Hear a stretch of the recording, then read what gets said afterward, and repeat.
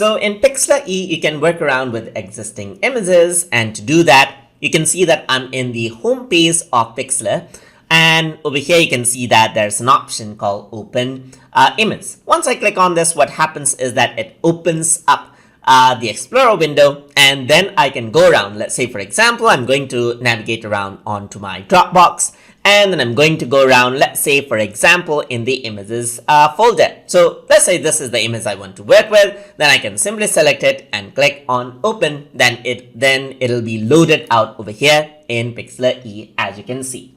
So you want to open up other image, you can go to file, you can go to open image, and then open out other image, and you can see that now you can work around with both images at the same time as they are arranged in tab. So let me click on open image again, and if I were to select the third image, you can see that this is what you have. So these are 3 images, and once you close these out, you can see that they are saved as the latest project on your home screen as well.